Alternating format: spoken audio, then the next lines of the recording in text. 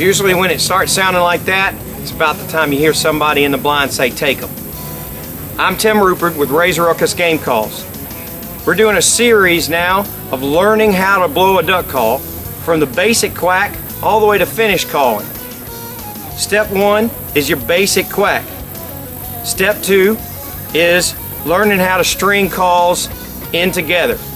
Hopefully by now you've been working quack, quack, quack, and you're getting 1 to sound like 7, to sound like 14. And you can sit there and do 21 calls or so and make them sound as almost identical by doing the same grunt and same call, same blow, same air right into the call, like.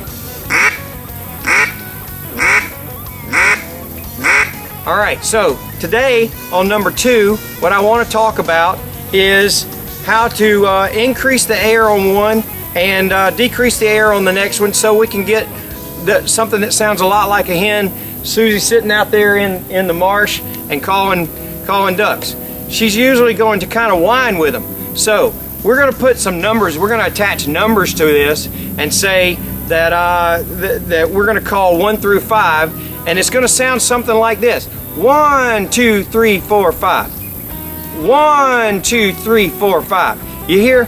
On the 1, we're going to string it out just a little bit, and that's going to be tough to transition from phase 1 to phase 2. But once you get this, you're well on your way. So we're going to do just the same thing as we were doing before with the same quacks. We're just going to add a little bit of length to the first couple.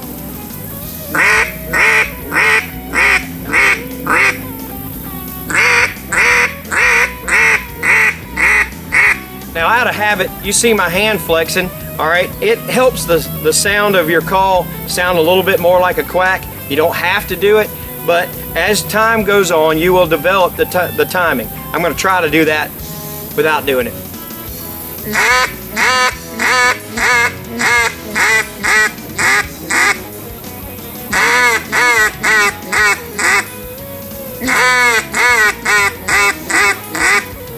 You hear 1, 2, 3, 4, 5.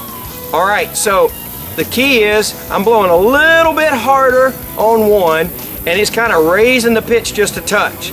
And then I'm kind of easing my air back. So it should sound, if we flip the call over, it should sound like this.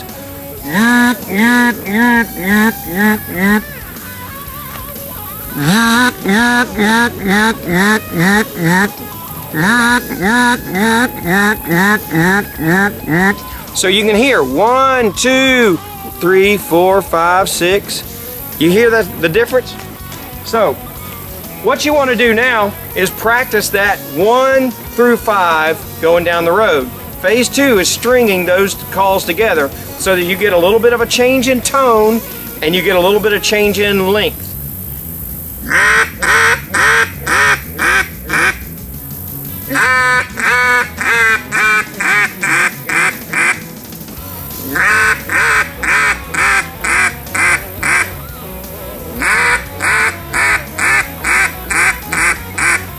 And I'm just blowing a little softer on the 4 and 5 than I am on the 1 and 2.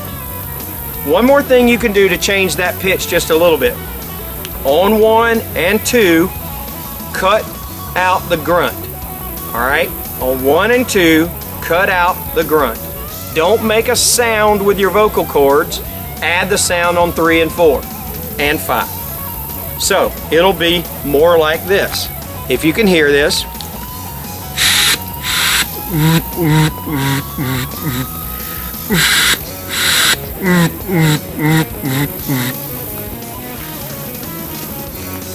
When you're blowing the call, it's going to sound like this.